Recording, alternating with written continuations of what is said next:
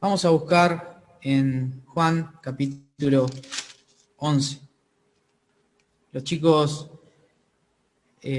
cantaban y Luciano, mientras hacía la apertura, nos hablaba acerca de que en Cristo hay libertad, que en Cristo hay vida. La canción también decía lo mismo. Y que nosotros necesitamos de Cristo. Cuando uno entiende el contraste de por qué necesitamos a Cristo en cuanto a la libertad y la vida, es que quizás debiéramos entender cómo están los seres humanos en relación a eso que Cristo ofrece. Si Cristo ofrece vida, ¿cómo está el hombre? Si Cristo ofrece libertad, ¿en qué estado se encuentra su situación en el presente?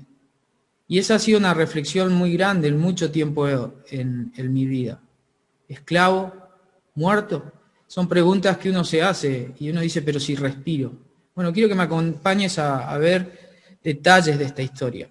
Quisiera comenzar leyendo el versículo más corto de la Biblia, que está en el verso 35. Aquellos que son nuevos en la fe, ahí Denis, si querés, estoy viendo, lo podés marcar. Ahí dice algo muy cortito, dice, Jesús lloró. Si nosotros vemos lo que comienza diciendo en el capítulo 11 de este pasaje, el título de la Biblia, la Reina Valera, dice que murió Lázaro. La realidad es que la muerte es algo complicado para el ser humano, tanto para quien se acerca en términos experimentales a su propia muerte, porque la muerte como idea inflige las emociones. Nuestra mente, como nuestro cuerpo, ha sido preparado para la supervivencia, y pensar en la muerte es algo que agota al alma humana. Pero la otra realidad es quienes rodean a la muerte. Jesucristo estaba rodeando la muerte de un amigo que era de Betania. Jesús había nacido en Belén, ahí muy cerquita, eran ciudades cercanas a Jerusalén. Y en Juan 11:35 se nos dice que el Señor vivenció la muerte de un gran amigo de él, porque en el verso 5, no quiten el dedo de este pasaje, se nos dice que y amaba Jesús a Marta, a su hermana, que era María, y a Lázaro. ¿Por qué llora Jesús? Porque los amaba, eran sus amigos. Y todos sabemos que la muerte es la conclusión natural de nuestra experiencia humana, y esa fue la experiencia de vida que tuvo Lázaro. En Hebreos 9:27 se nos dice algo. Dice, de la manera que está establecido para los hombres que mueran una sola vez y después de esto el juicio. Así también Cristo fue ofrecido una sola vez para llevar los pecados de muchos, y aparecerá por segunda vez sin relación con el pecado para salvar solamente a los que le esperan, a los que han creído en él. Y este es un pasaje que a mí me llamaba poderosamente la atención para enfocarme acerca de un tema que es el tema de la muerte. Ahora nos preguntamos por qué se apresura Jesús a ir al encuentro de Lázaro. Se nos dice que Jesús estaba en otro lugar. En el verso 6 dice, cuando yo pues, dice, que estaba enfermo, Lázaro, se quedó 2 días más en el lugar donde estaba. Estaba a una distancia de tiempo importante. Y el Señor ya sabía que Lázaro estaba enfermo. Ahora, ¿por qué se retrasa Jesús? Hay algunas razones que nos hacen deducir que antes de que Lázaro muera, quizás estaba cursando alguna enfermedad, algo que en ese momento era incurable, no sé, una apendicitis aguda que se le complicó. Imagínate, ahí no había antibióticos, no había cirugía, podría haber sido algo común que nosotros hoy no le damos mucha importancia. Me agarró una patada en el hígado y tengo piedras en la vesícula. Eso antes mataba a la gente. No sabemos por qué murió, pero estaba enfermo. Dios iba a hacer esto, dice el Señor, para su gloria. ¿Qué significa gloria? Significa que Jesús iba a manifestar que tenía el poder de Dios, que Dios estaba con él. Eso lo dice en el versículo 4, dice, oyéndolo Jesús dijo, esta enfermedad no es para muerte, sino para la gloria de Dios, para que el Hijo de Dios sea glorificado por ella. De alguna manera nosotros vemos que Lázaro murió porque yo ya le conté, Jesús lloró. Esa es la historia. El título también nos spoilea el relato. Pero Cristo, previo a la muerte de Lázaro, sabía que lo que iba a suceder iba a redundar en la gloria de Dios.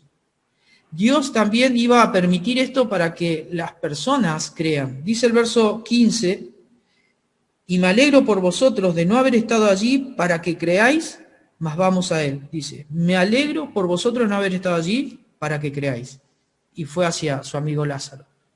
Dios iba a hacer esto también por la multitud, porque había una multitud alrededor de aquella situación que iba a permitir que los hombres abran los ojos en cuanto a él. Dice, yo sabía que siempre me oyes, pero lo dije por causa de la multitud que está alrededor. Esto está orando el Señor cuando clama para la resurrección de Lázaro. Le está diciendo esto a Dios. Y dice, para que crean que tú me has enviado. Así que Cristo, de alguna manera, a través de esto que iba a suceder, que es la resurrección de Lázaro, porque Lázaro muere, demostraría su deidad. En el verso 39 se nos dice que Lázaro llevaba 4 días de muerto. Y nosotros sabemos los efectos de la muerte en la naturaleza del cuerpo. El cuerpo empieza a oler a putrefacto, como huele cualquier animal. Nosotros tenemos cuerpo de carne, así que olemos también a podrido. Y eso es lo que le sucedió al cuerpo de Lázaro. Dice en el verso 25, les dijo Jesús, yo soy la resurrección y la vida, el que cree en mí, aunque esté muerto, vivirá. Y todo aquel que vive y cree en mí no morirá eternamente. Pero ¿qué pasaba? Previo a esto, el Señor había estado hablando sobre todo con Marta acerca de sus dudas, de por qué se había retrasado tanto si el que estaba ahí ya estaba muerto. Y el relato nos cuenta algunas cuestiones también que son muy interesantes. No quería centrarme en esto, sino simplemente desarrollar un poco la historia para entrar en tema. Jesús supo siempre que Lázaro estaba muerto, aunque no le había llegado información de ello. En el verso 11 dice, dicho esto, les dijo después, nuestro amigo Lázaro duerme, mas voy para despertarlo. Nadie le había dicho, todos sabían que Lázaro estaba enfermo, pero nadie le había dicho al Señor que Lázaro estaba ¿qué? Estaba muerto. Sin embargo, el Señor lo sabía y él iba a despertarlo. Y lo dijo finalmente de forma directa y dice, y me alegro por vosotros de no haber estado allí para que creáis, mas vamos a él, el texto que leíamos hace un momento. El Señor les declara a los discípulos que él había muerto y los discípulos deben haberse sorprendido cómo el Señor sabía esto. Y bueno, porque aquel que tiene poder para resucitar a un muerto, cosa que la medicina no puede hacer después de 4 días que alguien está en la tumba, tiene también poder para saber todas las cosas, aunque nadie se las haya informado. Marta sale al encuentro mientras María se queda, y Marta en el encuentro solo le dice a Jesús lo que ella pensaba en cuanto a esto. Y el Señor le responde en el verso 22, mas también sé ahora que todo lo que pidas a Dios, Dios te lo dará. Jesús le dijo, tu hermano resucitará. El Señor cuando ve a las multitudes se estremeció, porque todos lloraban, y esto conmovió al Señor. Dice Jesús entonces, al verla llorando, y a los judíos que la acompañaban también llorando, se estremeció en espíritu y se conmovió. Y esto realza mucho más la comprensión de la realidad del Señor, no solamente de lo que había sucedido en relación a Lázaro, sino en el contexto, el dolor que la muerte produce a las personas, pero la realidad de por qué la muerte es algo que al hombre le llega. Hay un dicho que dice que la muerte sabe tanto su victoria que te da toda una vida de ventaja. Y esta es una realidad. Jesús, cuando ve a todos llorando, ordena quitar la piedra. Marta creía en la resurrección futura. Y era pesimista en cuanto a Lázaro porque ella sabía que Lázaro llevaba muchos días de muerto. Ella dice, hiede ya mi hermano, ya tiene olor feo. Jesús le pide a Marta que crea en el verso 40. Y Jesús ora al Padre y en aquello exclama, Lázaro, en el verso 43, ven fuera. Esta es una frase muy conocida dentro de la iglesia. Lázaro envuelto en mantas tiene que ser ayudado para que le quiten todo aquello. Y el Señor dice, desatadle y dejadle ir. Ustedes saben que la resurrección de Lázaro fue un camino abierto de Cristo hacia la cruz, porque después de este último milagro, después de esto, los religiosos buscaron matar al Señor. En el verso 53 dice así que desde aquel día acordaron que matarle. El Señor hizo algo espectacular, inédito para aquel contexto. Sin embargo, las personas lo rechazaban. Sin embargo, dice en el verso 45, muchos de los judíos que habían venido para acompañar a María y vieron lo que hizo Jesús, creyeron en él. Muchos le rechazaron, esa es la realidad, pero el resultado es que cuando el Señor obra, hay personas que creen en él. Y esta es la decisión que vos también vas a tener, estimado amigo, en cuanto a este mensaje. La decisión de acercarte a Cristo con fe o, en definitiva, rechazarle, hacerlo morir en tu corazón. El hombre más sabio de la tierra, después de Cristo, dijo en Eclesiastés 9:15, porque los que viven saben que han de morir. Eso lo sabemos todos.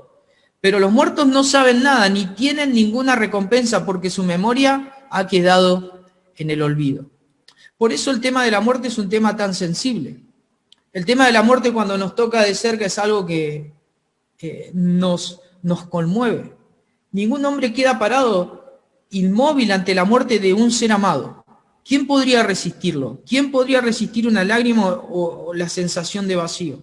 Pero la realidad es que en el relato de Lázaro lo que se expone es la gloria de Dios. Hay algo importante, es que Lázaro al tiempo seguramente volvió a morir, ¿sí? Porque lo que Dios le otorgó por medio de Cristo fue su resurrección física, un tiempo más en su experiencia humana. Pero al tiempo Lázaro volvió a morir. Pero Lázaro fue un testimonio de lo que Jesús podía hacer. Una vivencia de entender su propia limitación humana en cuanto a la muerte, pero también el poder de Cristo por sobre la muerte. Y quizás deberíamos entender por qué la muerte nos llega, porque es algo innegable, la muerte nos va a llegar a todos. La Biblia describe al hombre, a Adán y Eva, en un estado de vida plena en el Génesis. Dice en el Génesis 1:27, no lo busquen, dice, y creó Dios al hombre a imagen de Dios los creó, varón y hembra los creó. Y los bendijo Dios y les dijo, fructificad, multiplicaos, llenad la tierra y sojuzgadla, y señorad en los peces del mar, en las aves de los cielos, y en todas las bestias que se mueven sobre la tierra. Y vio Dios que todo lo que había hecho era bueno. Sin embargo, Dios crea al hombre con un sentido de identidad con Dios. Dios sopla en el hombre aliento de vida, y el hombre porta la imagen de Dios. Por ende, como porta la imagen de Dios, Dios le puede marcar límites, porque el hombre es libre. La imagen de Dios en el hombre es su libertad, de esto que cantábamos. Y el hombre fue creado libre, y Dios le dijo, en su estado de rectitud moral, dice, tomó pues Jehová Dios al hombre y lo puso en el huerto del Edén para que labrara y lo guardase. Y mandó Jehová Dios al hombre diciendo, de todo árbol del huerto podrás comer, mas del árbol de la ciencia del bien y del mal no podrás comer, porque el día que de él comieres ciertamente morirás. El Señor fue claro con el hombre en sus inicios. El hombre era capaz de entender a Dios, portaba su imagen y no solamente eso, tenía libertad. Dios no solamente le dio la orden, sino que le mostró las consecuencias de la obediencia, pero también de la desobediencia. Y aparece el engañador, aparece la tentación. La serpiente era astuta, dice la palabra, más que todos los animales. Y se le acerca a la mujer y le implanta una nueva verdad.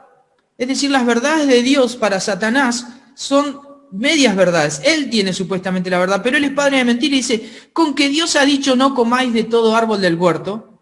Y la mujer respondió a la serpiente, del fruto de los árboles del huerto podemos comer, pero el fruto del árbol que está en el medio del huerto, dijo Dios, no comeréis ni tocaréis, le agregó Eva, para que no muráis. Entonces la serpiente le dijo a la mujer, no moriréis, sino que sabe Dios que el día que comas de él serán abiertos los ojos y seréis como Dios sabiendo el bien y el mal. El resultado de este engaño fue la labilidad de la mente humana.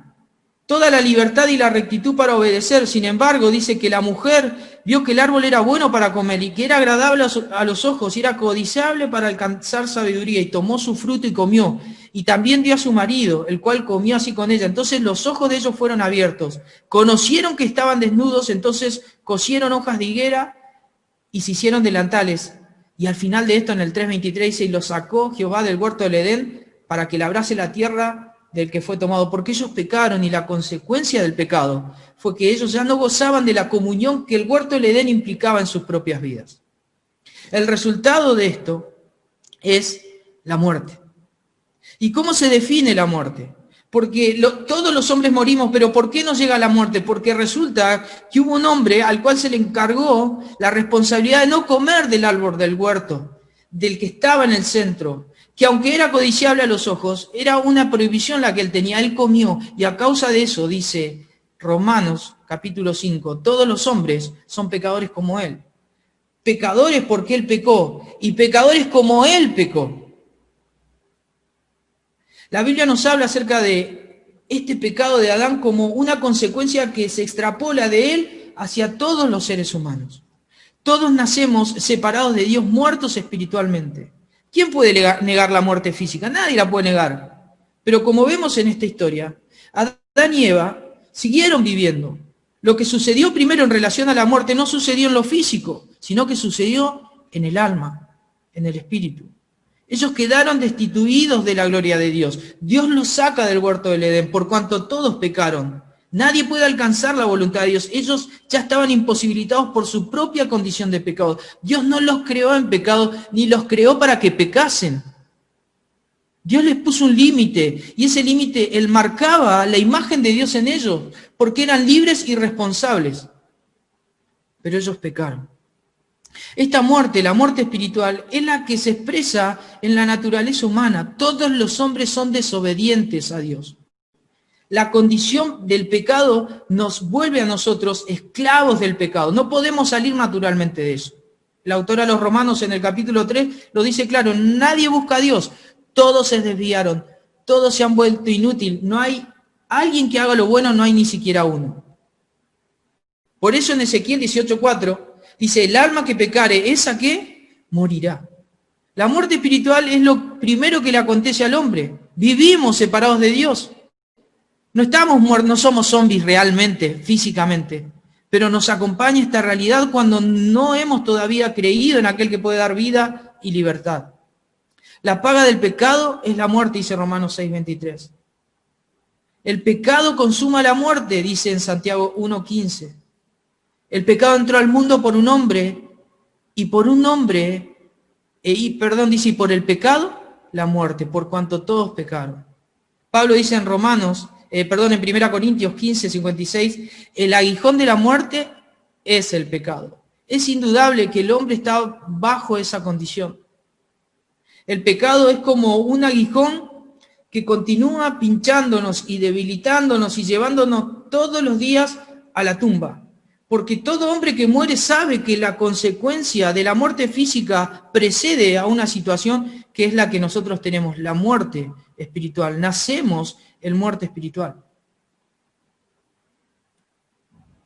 En Romanos 8:2 dice, porque en nosotros opera la ley del pecado y de la muerte. Pablo parece ser muy enfático, y este parece ser un mensaje pesimista, pero es todo lo contrario. Estamos en un contexto donde muere Lázaro, pero el Señor lo resucita porque tenía poder. Pero tenés que saber, estimado amigo, por qué las personas mueren. La Biblia es muy clara. Hay una muerte que sucedió espiritualmente y es la condición que todos traemos. Y esa condición es la que nos condiciona y nos lleva hacia la muerte física. Y la muerte física es claro. Se nos dice que Adán vivió 930 años. ¿Y qué? Y murió. La muerte física es un hecho. Y a causa de eso el escritor Eclesiastés dice en Eclesiastés 9:4, dice, para cualquiera que está unido con los vivos hay esperanza. Ciertamente un perro vivo es mejor que un león muerto. Es claro que la muerte es una realidad innegable y se evidencia desde la experiencia. La muerte, obviamente, desde lo médico implica un cese de los signos vitales. Se puede diagnosticar la muerte. Hay una forma. El cuerpo, dice en Eclesiastés 12:7, va a la tumba, pero el espíritu dice, vuelva a Dios que lo dio. La muerte física simplemente es un estado donde hay un cese de vida hacia el cuerpo, pero el espíritu continúa y el espíritu vuelve a Dios. En Santiago 2:26 dice, porque como el cuerpo sin espíritu está muerto. Es clara la distinción que hace la palabra. Se nos mencionan muchas situaciones donde las personas han muerto. Sara murió, Moisés murió, Pablo murió. Él decía que lo perseguía la muerte ministerialmente. Hoy hay muchas formas de entender la muerte, no simplemente por vejez ni por accidentes. Hoy el aborto interrumpe el ciclo de vida de una persona a las 14 semanas. Toda vida tiene que cumplir un ciclo naturalmente hablando, pero cuando uno lo corta a los 5 años, a las 14 semanas, a las 40 semanas o a los 50 años, lo corta y eso produce la muerte. El hecho de que esté legalizado no significa de que para Dios esa ley sea buena. Hay muchas otras cosas que quitan la vida, la enfermedad que trae la muerte, como la que sufrió Lázaro, de lo que estamos hablando. A Dorcas se menciona en la palabra que muere por una enfermedad. ¿Y cuántas cosas hay? Accidentes, un asesinato, como el que Jesús sufrió en la cruz, el suicidio. Eso también se menciona en la Biblia, causas de muerte física. Es una realidad que se encuentra en la experiencia, pero la Biblia también las declara. Pero toda esta realidad de muerte es producto ¿de qué? Del pecado. Y finalmente la Biblia nos habla acerca de la muerte segunda, o lo que definimos como la muerte eterna. A causa de que el hombre está en pecado, llega a la muerte física. Pero cuando el hombre en su pecado llega a esa condición, la Biblia habla de que el hombre recibirá de acuerdo a su situación. Y es vivir separado de Dios. Si viviste en esta vida sin darle bolilla a Dios, ¿cómo pretendés pasar a la segunda? La Biblia enseña esto.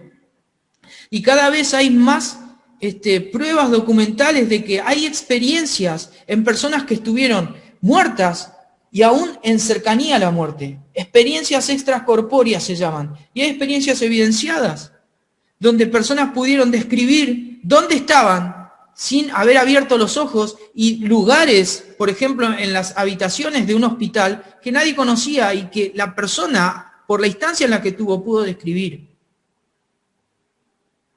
La Biblia habla de que la situación de la muerte física es una separación y el espíritu vuelve a Dios. ¿Y cómo vuelve el espíritu? La Biblia habla de la muerte eterna cuando una persona no ha creído en Dios y llega ante Dios en su situación de pecado.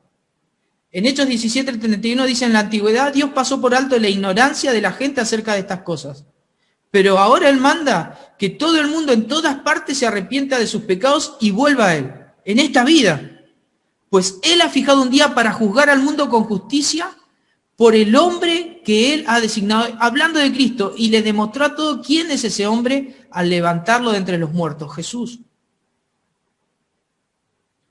El infierno es una realidad y es un tormento que Dios preparó, lo dije en el mensaje anterior, para Satanás y sus demonios.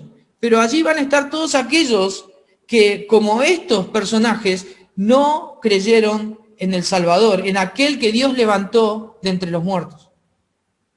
En 1 Tesalonicenses 1:9, Pablo dice que aquellos que no creen sufrirán pena de eterna perdición, excluidos de la presencia del Señor y de la gloria de su poder.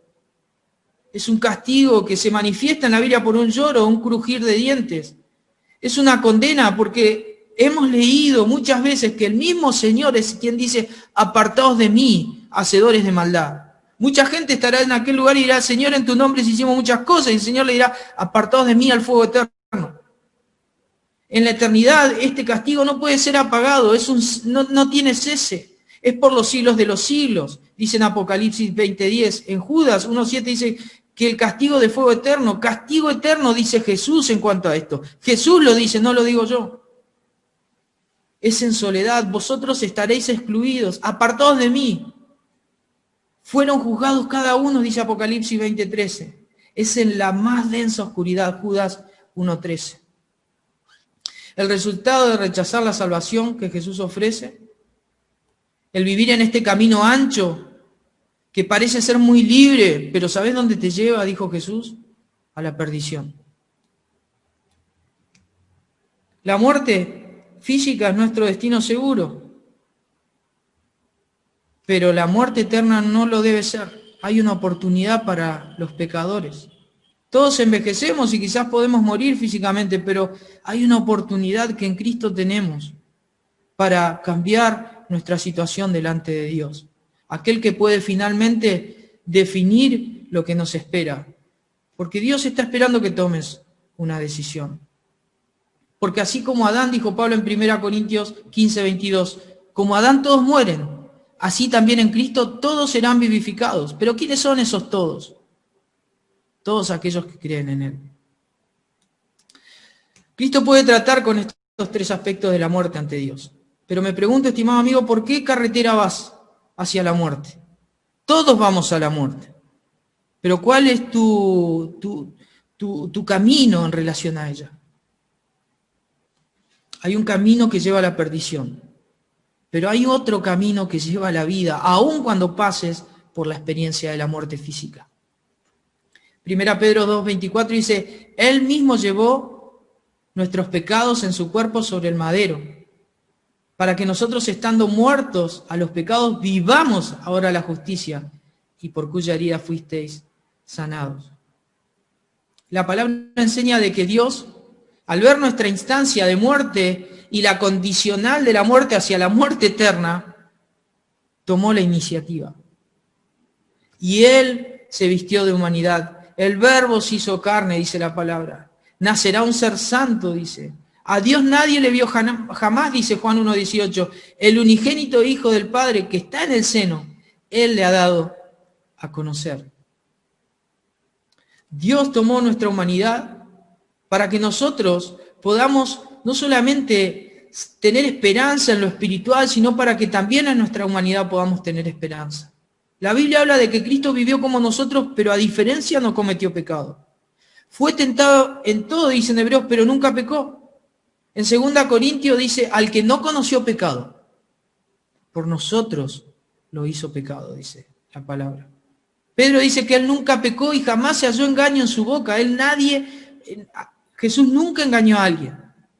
Nadie pudo señalarle una falta a él cuando le preguntó a los que murmuraban de él y los criticaban, ¿quién me redarguye de alguna clase de pecado? Nadie podía señalarle algo a Cristo.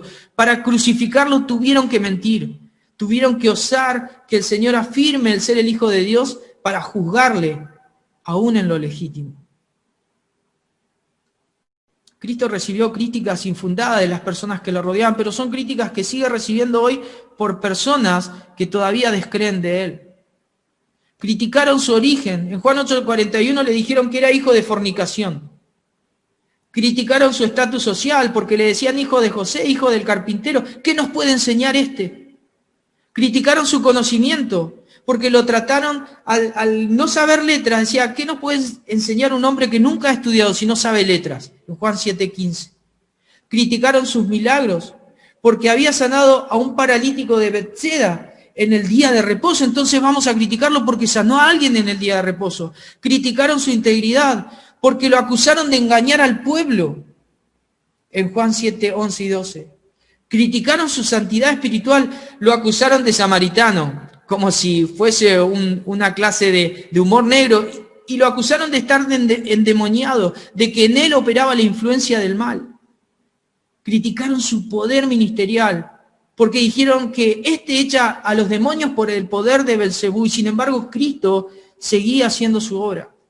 Cristo no abandonó su ministerio, aun cuando las personas que eran la razón y motivo del amor de Dios lo estaban rechazando. Así quizás te encuentres hoy, estimado amigo.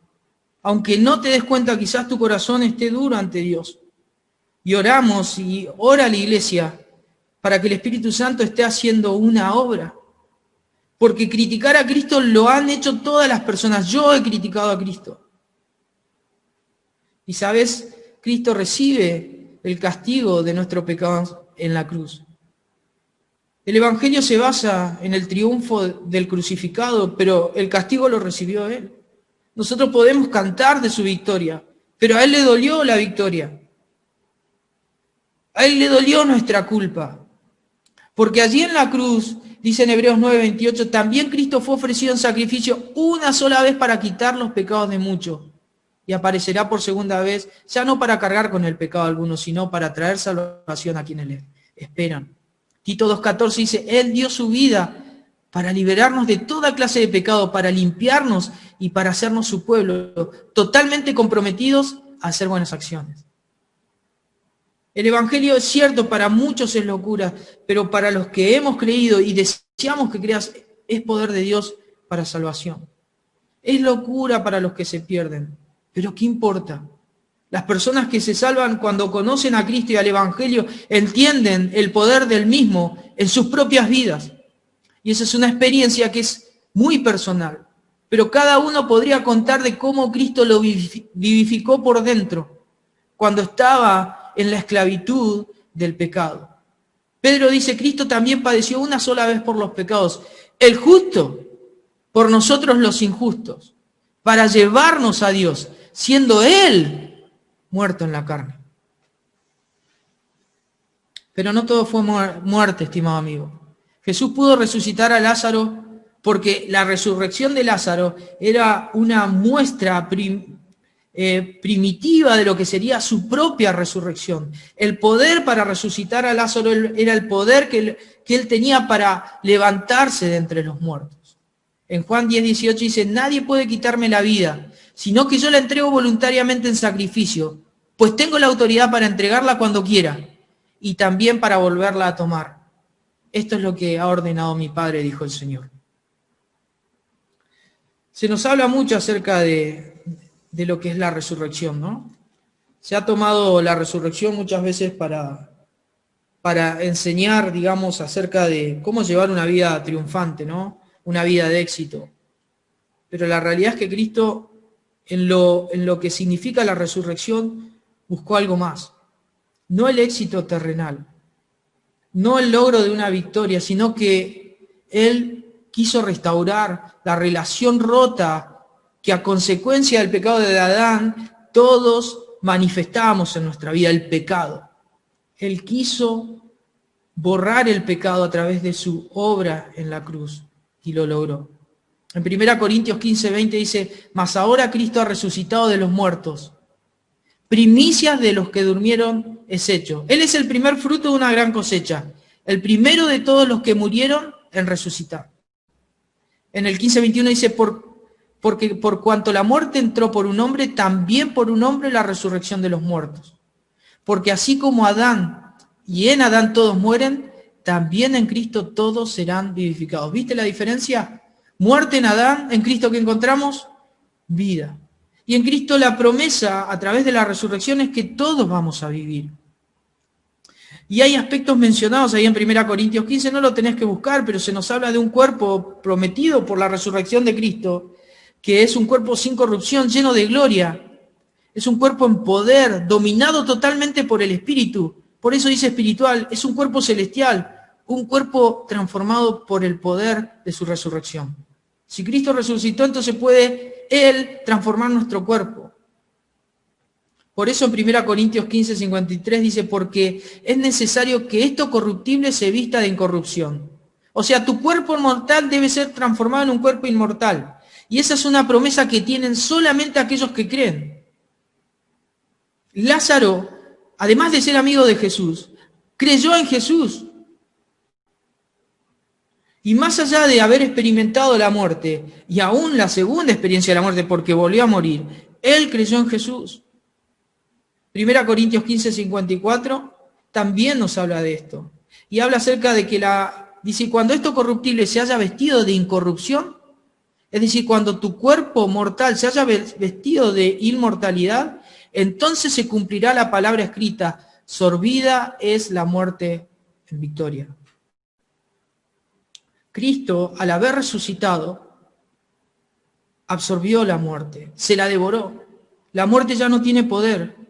¿Pero en quiénes no tiene poder? Esa es la pregunta, estimado amigo. Porque la muerte sigue operando. Siguen habiendo personas que no creen. Siguen habiendo personas que viven como muertas espiritualmente en la esclavitud del pecado. ¿En quiénes entonces la muerte no tiene más poder?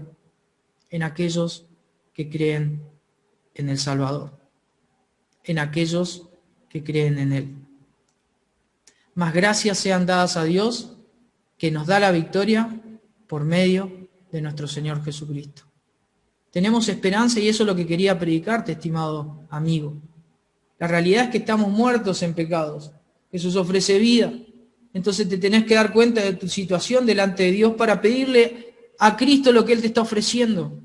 Y creyendo en Él, Él te va a ofrecer y te va a brindar todo aquello que Él logró en su obra sacrificial en la cruz del Calvario. Por eso hay tantos textos que nos hablan de la vida. Efesios 2:5, y con esto termino, aun cuando estábamos muertos en nuestros pecados, nos dio vida juntamente con Cristo. Por gracia habéis sido salvados. Colosenses 2:13 dice algo similar. Y cuando estabais muertos en vuestros delitos y en la incircuncisión de vuestra carne, os dio vida juntamente con Él. ¿Cuánto más necesitas, estimado amigo, para entender de que lo que Cristo ofrece sin pedirte nada es todo? Y vos no le ofreces más que tus cuitas, más que tus culpas, más que tu propia miseria, pero Él es lo que espera para perdonarte, para salvarte, para brindarte el perdón de los pecados. Lázaro resucitó. Y seguramente eso fue una gran fiesta en aquel lugar. Yo miraba la serie de Jesús y en ese relato fue muy hermoso y fue muy emotivo porque ellos combinaron algunas cuestiones. Estaba el hermano que siempre había negado al Señor, Jacobo. Jacobo fue alguien que fue un hermano en la carne del Señor y lo pusieron en aquel evento porque él estaba endurecido con el Señor. Y cuando ve que Lázaro sale resucitado, entonces ya Jacobo no podía resistirse más. Y entonces aquello fue una forma de inclinarse y fue una excelente imagen. Y después Lázaro festeja y toda la gente veía a Lázaro en la ciudad y no lo podían creer. Lázaro era un testimonio del poder de Dios en su propia vida caminando. Cuando una persona acepta a Cristo, estimado amigo, demuestra en su propia vida el poder de la resurrección cuando camina. Tus amigos te van a ver diferente, tu familia te va a ver diferente. Quizás tu mente cambie y antes lo que escuchabas y no te llamaba la atención, ahora sí, porque Cristo es evidente en tu propia vida, pero para eso se la tenés que entregar. Y por eso oramos, porque para eso Cristo murió, para salvarte. Así que voy a dejar a que quien termine la reunión la cierre, pero oraremos como iglesia para que tu decisión en esta noche sea para salvación. Que el Señor te bendiga.